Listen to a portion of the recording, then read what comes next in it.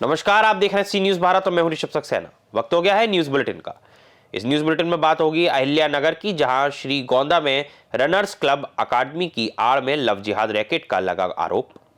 आगे बात करेंगे दमोह की, जहां डायमंड सीमेंट्स के प्रबंधन ने कंपनी के विरुद्ध लगाए जा रहे आरोपों को सिरे से खारिज किया है।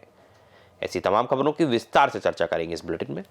श्रीगोंदा शहर में रनर्स क्लब अकादमी के नाम से संचालित भर्ती पूर्व प्रशिक्षण केंद्र के खिलाफ सकल हिंदू समाज श्रीगोंदा ने गंभीर आरोप लगाए हैं। संगठन का आरोप है कि अकादमी की आड़ में हिंदू समाज की युवतियों को लव जिहाद के जाल में फंसाने की साजिश रची जा रही है। इस संबंध में सकल हिंदू समाज की ओर से जिलाधिकारी, जिला पुलिस अधीक्षक अहिल्यानगर, तहसीलदार तथा पुलिस निरीक्षक श्रीगोंदा को ज्ञापन सौंपकर मामले की उच्च स्तरीय जांच कराने और संबंधित अकादमी को स्थायी रूप से बंद करने की मांग की गई है। ज्ञापन में आरोप लगाया गया है कि जावेद शेख और अरमान शेख सहित उनके रिश्तेदारों द्वारा अकादमी संचालित की जा रही है, जहां प्रशिक्षण के नाम पर हिंदू समाज की लड़कियों को गुमराह किया गया है। सकल हिंदू समाज ने यह भी आरोप लगाया है कि इस प्रकरण में पीड़ितों पर शिकायत वापस लेने का दबाव बनाया जा रहा है। संगठन ने दोषियों की तत्काल गिरफ्तारी और कड़ी कार्यवाही की मांग की है। ज्ञापन में चेतावनी दी गई है कि यदि प्रशासन द्वारा शीघ्र कार्यवाही नहीं की गई तो श्रीगोंदा शहर में हिंदू जनाक्रोश मोर्चा निकाला जाएगा। इस मामले को लेकर श्रीगोंदा शहर में चर्चा और तनाव का माहौल बना हुआ है। जय श्रीराम, मी प्रतीक पाचपुते, श्री शिवप्रतिष्ठान हिंदुस्थानचा तालुका प्रमुख। काल जे कृत्य घडलं ते तालुक्यासाठी व शहरासाठी अत्यंत म्हणजे सगळ्यात खराब कृत्य आहे। जर आपला गुरुच आपला भक्षक झाला तर येणाऱ्या काळात शिक्षण व्यवस्था पूर्ण भरकस झाल्याशिवाय राहणार नाही। एखाद्या मुलीचं किंवा मुलाचं अफेअर असणं हा प्रकार वेगळा, पण जर गुरुच बळजबरीने मुलींवर गैरकृत्य करण्याचा प्रयत्न करत राहिला किंवा त्या वृत्तीचे गुरु या समाजात निर्माण झाले तर येणारा काळ सगळ्यांसाठी धोकादायक असणार आहे। कालचा प्रसंग म्हणजे त्या मुली रडत रडत असे सांगत होत्या की त्या गुरुनी व्यायामाच्या नावाखाली काय काय कृत्य केलं ते जे भरपूर निंदनीय आहे। त्या गुरुचे काही राजकीय नातेवाईक आहेत, कोणत्या गटाचे, शिवसेनेचे की हिंदुत्ववादी ते आम्हाला माहीत नाही, पण अहिल्यानगरच्या शिवसेनेला पण आमची विनंती आहे, तुम्ही अशा जिहादी लोकांना मदत करू नका, अन्यथा तुमचं हिंदुत्व या जिल्ह्यातून पण तडीपार करण्याची आम्ही हिंदुत्ववादी तयारी ठेवू शकतो। आपण एकनाथ शिंदे साहेबांचे कार्यकर्ते आहोत, आनंद दिघेंचा विचार घेऊन आपण पुढे चाललेलो आहोत। तुमचेच काही प्रमुख त्या जिहाद्यांच्या गाड्यांवर हिंडायला लागले, इकडं आरोपी अटक करण्याची प्रोसेस चालू आहे आणि आपलेच काही प्रमुख लोक पक्षाचे त्यांना पळवण्यासाठी मदत करतायत, तर ते तात्काळ त्यांना थांबवायला लावा, अन्यथा तुमच्या पक्षाला चुकीचे दिवस 100% येतील। कालचा जो प्रकार घडला तर ती एका मुलीनेच फक्त फिर्याद दिली, पण अशा टोटल 7 मुली आहेत ज्या त्यांनी कबुली दिलेली आहे, पण स्वतःच्या इज्जतीपोटी किंवा भीतीपोटी किंवा करिअर खराब होईल त्यामुळे त्या पुढं येऊ शकलेल्या नाही आहेत। पण आम्ही सगळ्या मुलींना विनंती करतोय, तुम्ही पुढं नाही आल्या तर येणाऱ्या काळात असे भरपूर जिहादी वृत्तीचे शिक्षक लोक या अकॅडमीमध्ये कार्यरत आहेत, तर ते आपल्या हिंदू मुलींचा वापर करतील आणि त्यांचं आयुष्य उद्ध्वस्त करतील। तर सगळ्या भगिनींना विनंती आहे, आपण शिवाजी महाराज, संभाजी महाराजांचे वारसदार आहोत, त्यांच्या विचाराचे वारसदार आहोत। आपण स्वतःला रणरागिणी समजतो, तर ह्या जिहाद्यांना ठोकण्यासाठी आपल्याला समोर यावंच लागेल। आज कायद्याचं राज्य आहे, आपल्याला कायद्याने चालावं लागणार आहे। त्यामुळं सगळ्यांना विनंती, ज्यांच्यावर असा प्रसंग घडला आहे त्यांनी पोलीस प्रशासनाला येऊन भेटावं व त्याच्यावर FIR दाखल करावी। आणि पोलीस प्रशासनाला एक विनंती आहे, आपण आरोपी तात्काळ अटक करावी। त्या आरोपीला पळवून जाण्यासाठी ज्या जिहादी लोकांनी मदत केल्या किंवा आपल्या हिंदू काही दलालांनी मदत केली अशांवर पण तात्काळ कारवाई करावी, अन्यथा येणाऱ्या काळात सकल हिंदू समाजाचा जनाक्रोश मोर्चा मोठ्या ताकदीने निर्माण होईल आणि जो मग काय कायदा सुव्यवस्थेचा प्रश्न निर्माण होईल त्याला संपूर्ण जबाबदार प्रशासन। अहिल्यानगर से सीनू संवाददाता अमर घोटके की रिपोर्ट। नरसिंहगढ़ स्थित डायमंड सीमेंट्स के प्रबंधन ने कंपनी पर लगाए जा रहे आरोपों को पूरी तरह निराधार बताते हुए खारिज किया है। प्रबंधन का कहना है कि दग्रपाल सिंह लोधी, मुकेश पटेल और उनसे जुड़े कुछ लोगों द्वारा लगाए गए आरोप तथ्यहीन और भ्रामक हैं, जिनका उद्देश्य कंपनी की छवि खराब करना है। प्रबंधन ने बताया कि कंपनी पिछले 45 वर्षों से इस क्षेत्र में कार्यरत है और कानूनों के पालन के साथ सामाजिक उत्तरदायित्व के तहत शिक्षा, स्वास्थ्य और अन्य सामाजिक कार्यों में योगदान देती रही है। कंपनी का आरोप है कि बीते कुछ दिनों से दग्रपाल सिंह लोधी, मुकेश पटेल और उनसे जुड़े कुछ असामाजिक तत्व अवैध रूप से समूह बनाकर गैर कानूनी रोजगार की मांग कर रहे हैं। ये लोग फैक्ट्री गेट पर नारेबाजी कर कर्मचारियों को धमका रहे हैं, जिससे फैक्ट्री संचालन प्रभावित हो रहा है। प्रबंधन के अनुसार 13 जनवरी 2026 को लगभग 50 लोग जबरन नरसिंहगढ़ प्लांट परिसर में घुसे और हंगामा किया। सीसीटीवी फुटेज में कर्मचारियों की आवाजाही रोकते हुए देखा गया। समूह ने 15 दिनों में मांगे न मानने पर दोबारा आंदोलन की धमकी भी दी है। कंपनी ने इन गतिविधियों को अवैध बताते हुए स्थानीय प्रशासन से उच्च कार्यवाही की मांग की है। साथ ही प्रबंधन ने संबंधित लोगों के खिलाफ कानूनी कार्यवाही करने की बात कही है। को चेक करती रहती है। इस कंपनी जो करीब 4000 लोगों को पाल रही है, 4000 फैमिली जो लोग पाल रहे हैं, उसको हत्यारी बोलना ठीक नहीं है। और जिस प्रकार से गलत तरीके से ये फैक्ट्री का घेराव किया गया है वो बिल्कुल ही तर्कसंगत नहीं है और अनुचित है। फैक्ट्री को कौन बदनाम कर रहा है, क्या इसके पीछे मंशा है? मंशा तो देखो कुछ अपने व्यक्ति विशेष के मंशा हो सकती है, बाकी हमें किसी व्यक्ति विशेष मतलब किसी भी पार्टी पर या किसी पर ऐसा वो बिल्कुल भी वो शक भी नहीं है और नहीं कोई ऐसा करेगा, क्योंकि कंपनी पूरी तरह से एथिकल कंपनी है। हाँ, व्यक्ति विशेष की अपनी दुर्भावना हो सकती है, उनके अपने वेस्टेड इंटरेस्ट हो सकते हैं। अपना उल्लू सीधा करने के लिए कोई व्यक्ति ऐसा दबाव बना सकता है। किसने आपको यह सजेशन दिया था कि आप पत्रकार वार्ता करके अपना नहीं, हमें क्या है कि जब सोशल मीडिया में दोबारा से ये चीज़ जब आने लगी तब लोगों ने, हमारे भी काफ़ी सहयोगी लोग हैं, उन्होंने कहा कि फैक्ट्री अपना मुद्दा क्यों नहीं रख रही है, कैसे आप अपना फेसबुक बनाइए, अपना ग्रुप बनाइए जो हार नहीं कर सकते। इसलिए हमने सोचा कि सबसे अच्छा मुद्दा क्या है। हमने शासन से राय ली थी, उन्होंने कहा कि आपको जरूर रखना चाहिए अपना मुद्दा और मीडिया के थ्रू आप सामने लाइए, जो आपके डाटा हैं उनको सामने लाइए, सच्चाई को सामने लाइए, इसमें कोई बुराई नहीं। कितने परसेंट आपके यहाँ लोकल लोग? सर मैंने जैसा बताया 97% मध्य प्रदेश के लोग हैं हमारी कंपनी में, 97% है, जिसमें से 85% लोग जो हैं दमोह डिस्ट्रिक्ट के हैं, यहाँ काम कर रहे हैं और उनका सभी का डाटा हमने कलेक्टर साहब के यहाँ पर और जो PRO साहब के हैं वो भी उपलब्ध करा सकता है। जिसे भी जानकारी चाहिए आप RTI लगा के जो भी आपका प्रोसेस है वो जानकारी ले सकते हैं। हमेशा तथ्य सही है तब आपके पास हुआ है किस बेस पे किया गया, उनकी डिमांड क्या थी? यही सब पता नहीं चल पा रहा ना, क्योंकि कभी भी कोई भी आदमी सीधे आंदोलन तो होता है। पहले कोई भी चीज़ होती है बात करते हैं, हम लोग हमेशा ही दरवाज़ा खुला रखते हैं कि कोई चीज़ बात करें। अगर आपको कोई असंतोष है या आपके मन में कुछ है तो आप पेपर दे सकते हैं, बातचीत कर सकते हैं। एक बार आए थे तो सीधे उन्होंने बोला कि हम घेराव करते हैं। जी, मुझे ये बता दीजिए कि लीगल एक्शन। हाँ, लीगल सही बात बोली, क्योंकि ये कंपनी जो है बहुत ही मैच्योर कंपनी है, जल्दीबाजी में कोई कदम नहीं उठाना चाहती। इसलिए हम लोगों ने शासन से भी राय ली है और हमने जो अपने विधिक प्रकरण वाले जो लीगल हेड है उनसे भी राय लेके हमने ये डिसाइड किया कि व्यक्ति विशेष जो इस प्रकार की दुर्भावना से ग्रसित हैं और जो हमारे यहाँ पर व्यवधान उत्पन्न कर रहे हैं उनके खिलाफ 100% करेंगे। आपने अपने उच्च अधिकारियों को यस सभी लोगों को बता दिया और एक्शन अभी चल रहा आपने नाम नहीं बताया है। किनका? अपना नहीं, जो लोग आपको परेशान कर रहे हैं। नहीं, मेनली उस पर दो लोग हैं, मैंने तो शुरू से बता रहा हूँ। इसमें दिग्पाल लोधी जी हैं और दूसरा अपना मुकेश पटेल। थोड़े हाथ पीछे करो सर। यह सब जो स्टंट हुआ है इसके 1.5 महीने पहले आप लोग भाई साहब, आपका भी हाथ आ रहा है, थोड़ा सा ऐसा कर लो। यही सारी समस्याएं ग्रामीणों ने आपके भाई सामने साहब, उठाई थोड़ा सा थी। SDM पथरिया के संरक्षक आप लोगों ने आश्वासन दिया था कि विदिन कुछ ही दिनों में इन समस्याओं का निवारण होगा। क्या कारण है सर अभी तक वो निवारण नहीं हुआ? जैसे एक समस्या बता दीजिए जिसका निवारण नहीं हुआ। जैसे सर फैक्ट्री में रोजगार की समस्या थी, तो वही तो बताया। दूसरा कई लोग। दमोह से सीनू संवाददाता संतोष मोदी की रिपोर्ट। देवास जिले के सतवास नगर में बीते दिनों अतिक्रमण हटाने के दौरान हुए विवाद से जुड़ी आत्मदाह की घटना में गुरुवार को बड़ा घटनाक्रम सामने आया। गंभीर रूप से झुलसे संतोष व्यास का इंदौर में इलाज के दौरान निधन हो गया। इससे पहले 11 जनवरी को उनकी पत्नी जयश्री व्यास की मौत हो चुकी थी। घटना की जानकारी मिलते ही परिजन और स्थानीय नागरिक आक्रोशित हो गए और सतवास बस स्टैंड पर करीब 4 घंटे तक चक्का जाम किया। प्रदर्शनकारियों ने दोषी अधिकारियों एवं अन्य लोगों पर FIR निष्पक्ष जांच की मांग की। इस दौरान नाराज लोगों का क्षेत्रीय विधायक मुरली भवरा के खिलाफ भी आक्रोश देखने को मिला। फिलहाल प्रशासन ने जांच का आश्वासन दिया, जिसके बाद चक्का जाम समाप्त कराया गया। भारी पुलिस बल की मौजूदगी में देर शाम संतोष व्यास का अंतिम संस्कार किया गया। इसमें दंपति ने आग लगाई थी और महिला की मौत हो गई थी। आज उनके पति की मौत हो गई, तो परिजनों ने आज शव रखकर चक्का जाम किया। क्या कुछ आप लोगों ने आश्वासन दिया, क्या कुछ मांगे थी उनकी?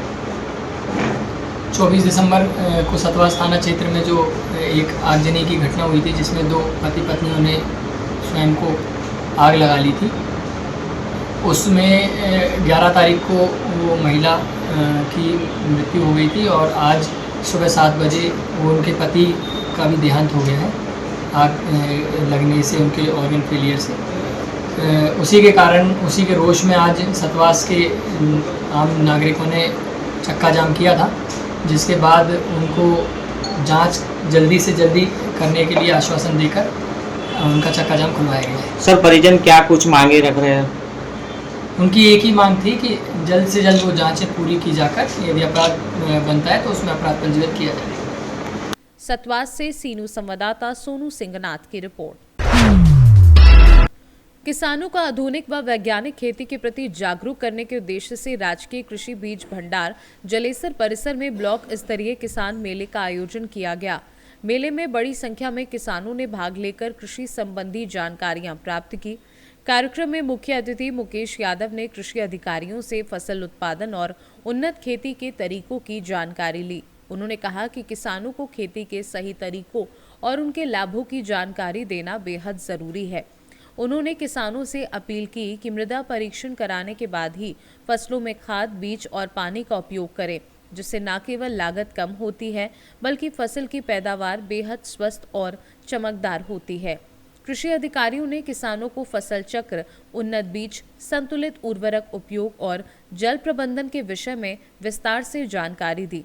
किसानों ने भी अपनी समस्याएं साझा की, जिनका मौके पर समाधान किया गया।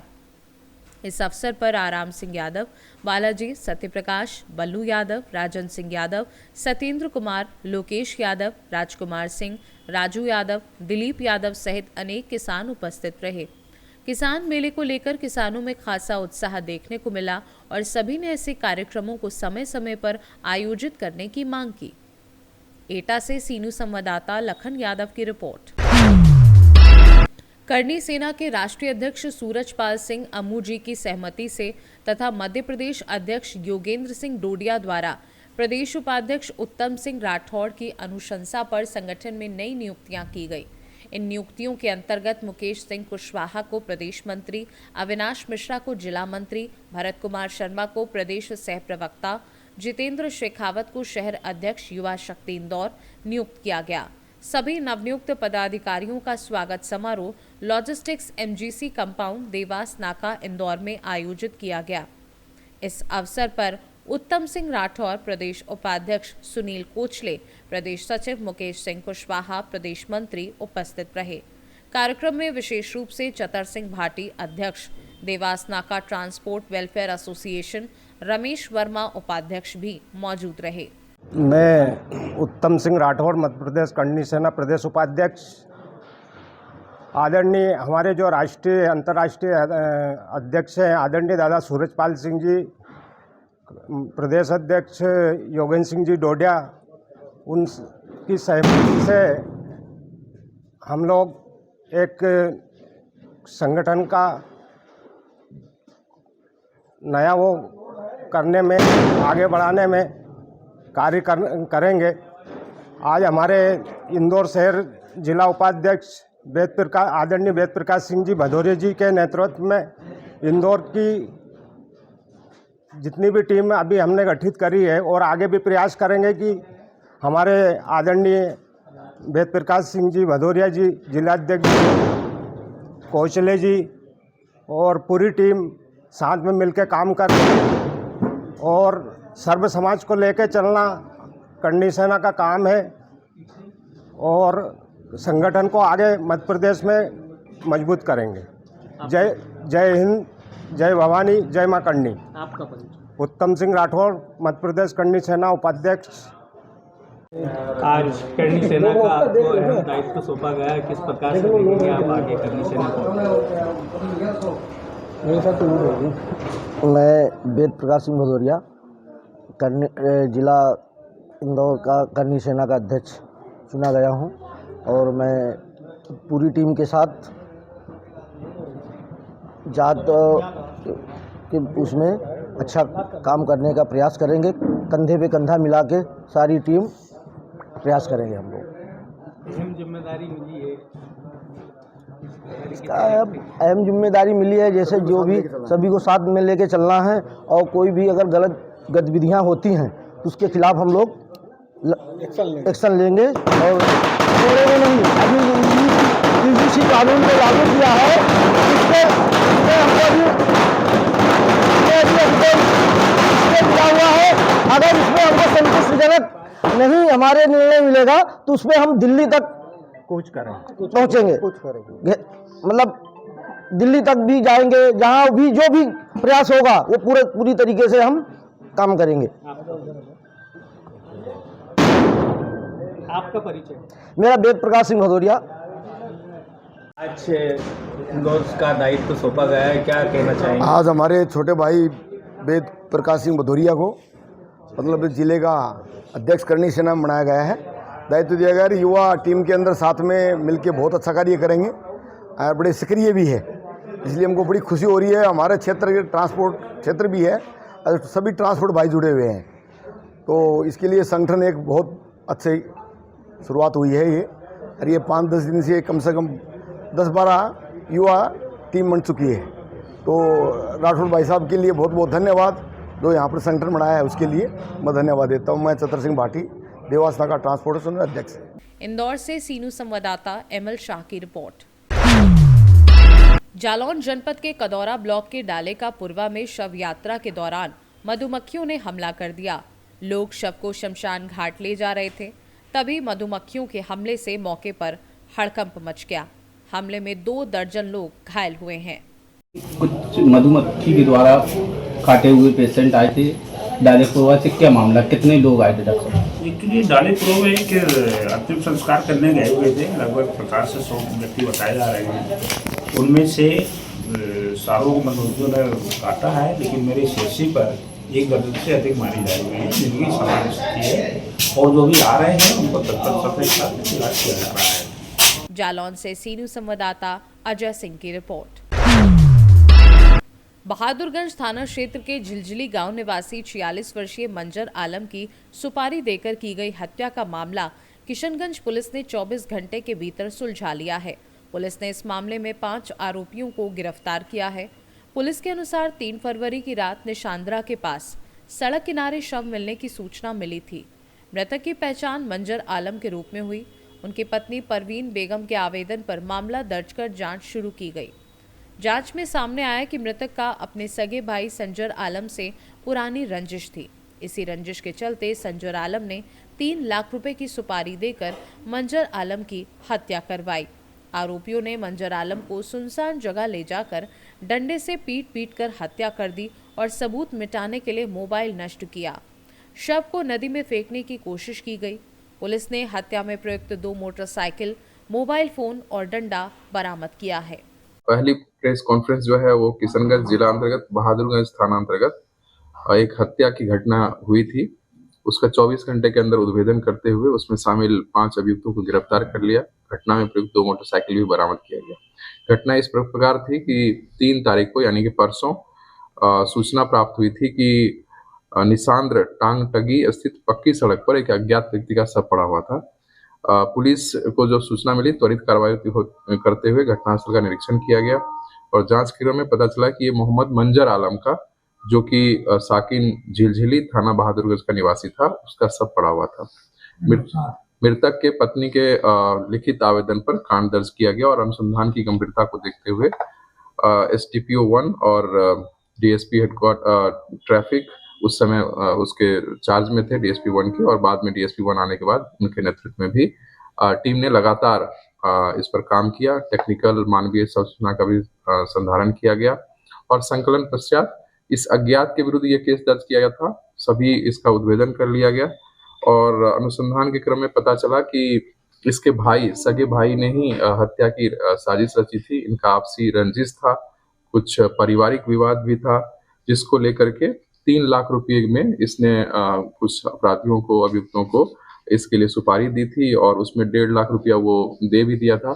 3-4 महीने पहले से ही ये डिलीवरी किया था, कुछ करके पैसा दिया था। सभी अपराधियों की गिरफ्तारी कर ली गई, 4 अपराधी शामिल थे। साथ ही साथ ये इसका भाई जो साजिश करता था, तो कुल 5 के 5 अपराधियों या अभियुक्तों की गिरफ्तारी हो चुकी है। इन लोगों ने अपने स्टेटमेंट में इसको स्वीकार भी किया है और घटना कारित जो है लाठी और डंडे से किया गया था, जिसे नदी में, पास की नदी में फेंका गया था। मोबाइल को भी फेंका गया था, लाठी बरामद हो गया है और इस संदर्भ में और भी साक्ष्य संकलित किए जा रहे हैं और पर्याप्त साक्ष्य के आधार पर शीघ्र ही आरोप पत्र दाखिल करके इनको जो है सजा दिलाने की तरफ। सर, जो गिरफ्तार व्यक्ति है उसका आपराधिक क्या बोले? हत्या का कारण क्या था? हत्या का मुख्य कारण जो है, जो व्यक्ति इसका भाई, जो भाई है उसका बड़ा भाई ही था, तो उसका जो है व्यवहार जो है, पारिवारिक व्यवहार भी अच्छा नहीं था, चारित्रिक व्यवहार भी ठीक नहीं था।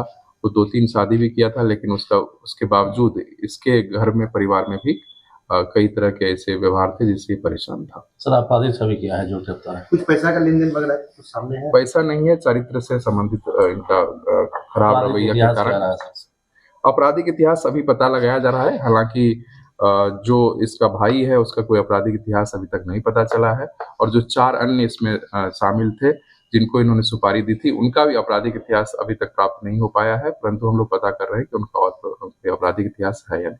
कुल कितने गिरफ्तार हुए? 5 के 5 इसमें शामिल थे। 5 किशनगंज से सीनू संवाददाता मिनहाज आलम की रिपोर्ट। मुरादाबाद के ठाकुरद्वारा नगर में चोरी की घटनाएं लगातार बढ़ती जा रही हैं। एक के बाद एक हो रही वारदातों से नगर वासियों में दहशत का माहौल है।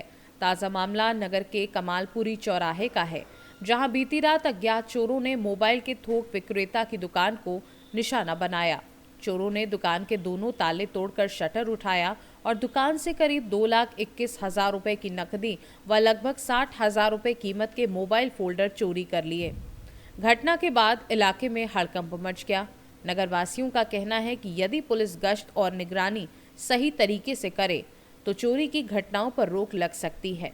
लगातार हो रही चोरियों से नगर के व्यापारी खुद को असुरक्षित महसूस कर रहे हैं। गौरतलब है कि इससे पहले भी अज्ञात चोरों ने सीओ कार्यालय के पास स्थित पराग मिल्क पार्लर से नकदी चोरी की थी। वहीं कोतवाली के पास माया मार्केट की कई दुकानों की छतों से कॉपर का तार भी चोरी किया गया था।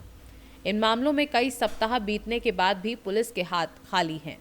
ये और नापुंगे के रहने वाले हम सुबह तकरीबन 9:40 पर हमने दुकान खोलने के लिए घर से आए।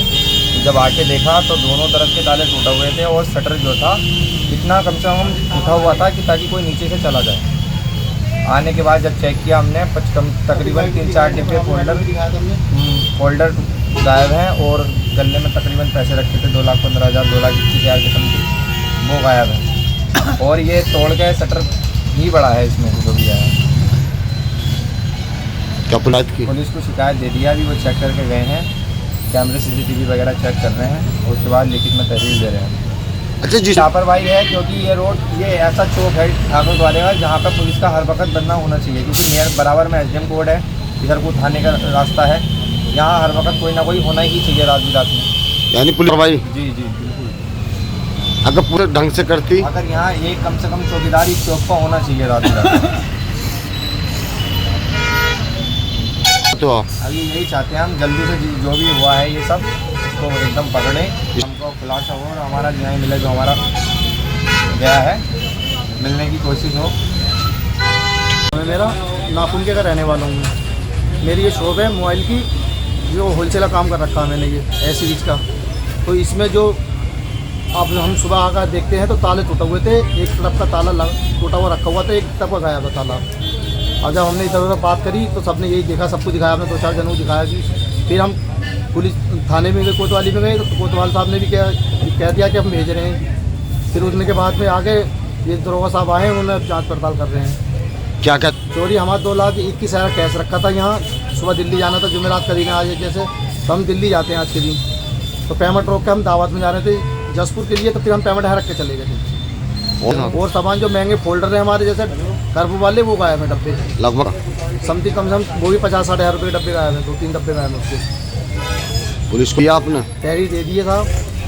आप हम जब आके देखते हैं तो ताल टूटे हुए थे, शटर भी उठा हुआ था कम से, जिसमें आदमी बढ़ जा अंदर तक लिख के उठाया गया शटर, सरिये डाल के शटर उठाया गया ऊपर को। कौन सी नाप की है? कमालपुरी चौराहे पे टाबरी में एकदम आया है? मेन चौराहा है ये। कितनी दूर है यहाँ से मान के 50 कदम होंगे शायद। लापरवाही है? लापरवाही है पुलिस की सर इसमें। सर ऐसा है तो हर वक्त एकदम गेट का जो निकलने बढ़ने का रास्ता है तो पुलिस होनी चाहिए, यानी पुलिस की लापरवाही रही है इसमें।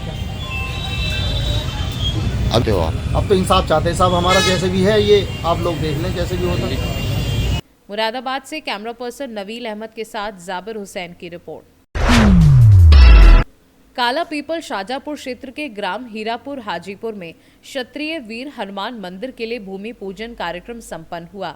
ये भूमि गोपाल सिंह, लक्ष्मण सिंह, नंदकिशोर एवं रामेश्वर द्वारा मंदिर निर्माण हेतु दान की गई। भूमि पूजन कार्यक्रम में उज्जैन से पधारे मुख्य अतिथि महंत योगी महावीर नाथ ऋण मुक्तेश्वर महादेव गादीपति सनातन परिषद उज्जैन उपस्थित रहे। कार्यक्रम में संभाग अध्यक्ष बुलडोजर बाबा संत विजयनाथ, महामंडलेश्वर महंत कल्याण दास सहित अन्य गणमान्य नागरिक मौजूद रहे। कार्यक्रम का संचालन महेंद्र सिंह हाडा, जनपद सदस्य प्रतिनिधि रसलपुर द्वारा किया गया। कार्यक्रम का आभार क्षत्रिय करनी सेना जिलाध्यक्ष मनीष सिंह राजपूत ने व्यक्त किया। इस अवसर पर शिक्षक धन सिंह राजपूत, समस्त ग्रामवासी, क्षत्रिय करनी सेना के पदाधिकारी एवं युवा कार्यकर्ता उपस्थित रहे। शाजापुर से सीनू संवाददाता महेश सिंह राजपूत की रिपोर्ट। जिला पुलिस ने लूटे गए मोबाइल फोन के जरिए एक व्यापारी को 2 करोड़ रुपए की फिरौती की धमकी देने के मामले में 2 आरोपियों को गिरफ्तार किया है। इस कार्यवाही में पुलिस ने तकनीकी साक्ष्य, मुखबिर तंत्र और सीसीटीवी फुटेज की मदद ली। जिला पुलिस अधीक्षक डॉक्टर अमृता दुहन ने बताया कि पुलिस थाना श्री विजयनगर क्षेत्र में 28 जनवरी 2026 को एक व्यापारी को अज्ञात मोबाइल नंबर से 2 करोड़ रुपए की फिरौती की मांग की गई थी। मांग पूरी नहीं होने पर व्यापारी के पुत्र को जान से मारने की धमकी दी गई। मामले की गंभीरता को देखते हुए विशेष टीमें गठित की गईं। तकनीकी अनुसंधान, सीसीटीवी फुटेज और मुखबिरों की सूचना के आधार पर पुलिस ने 2 आरोपियों को गिरफ्तार किया। पुलिस जांच में सामने आया कि 28 जनवरी 2026 को रावला खाजूवाला रोड पर एक राहगीर ओम प्रकाश का मोबाइल लूटा गया। उसी मोबाइल से श्री विजयनगर निवासी व्यापारी को फिरौती की धमकी दी गई। इसके बाद आरोपियों ने अलग अलग स्थानों से मोबाइल लूटकर उन्हीं मोबाइलों से धमकी देना जारी रखा। पुलिस आरोपियों से पूछताछ कर रही है और मामले में आगे की जांच जारी है। दिनांक 28 जनवरी को पुलिस थाना श्री विजयनगर में सूचना मिली थी कि एक व्यापारी को 2 करोड़ की फिरौती के लिए फ़ोन आया और उसे धमकी दी गई कि अगर ये पैसे उसको नहीं मिलते हैं तो उसके बेटे को जान से मारेंगे। इस बात की गंभीरता को देखते ही तुरंत इस संबंध में प्रकरण दर्ज किया गया और इसमें फिर अनुसंधान शुरू किया गया थाना अधिकारी के द्वारा, वृत्ताधिकारी व एडिशनल एसपी के निर्देशन में। इस घटना के साथ साथ फिर जैसे 28 तारीख को आई, उसके साथ किसी दूसरे नंबर से 30 तारीख को आई, फिर 1 तारीख को आई, 31 तारीख को, 1 तारीख को, इस तरह से लगातार जो परिवादी है उसके पास भिन्न भिन्न नंबरों से इसी तरह की धमकी भरी वाली कॉल्स आई। और हमने जब इसको देखा, थोड़ा और गहनता से जब अनुसंधान किया तो पता चला राम सिंहपुर थाना क्षेत्र में भी एक 30 तारीख को, 31 तारीख को फोन लूटने की घटना सामने आई, जिस पर राम सिंहपुर थाने में मुकदमा दर्ज हुआ। वहां से राम सिंहपुर वाली टीम जो है उन्होंने इसमें जो अनुसंधान गंभीरता से करना शुरू किया।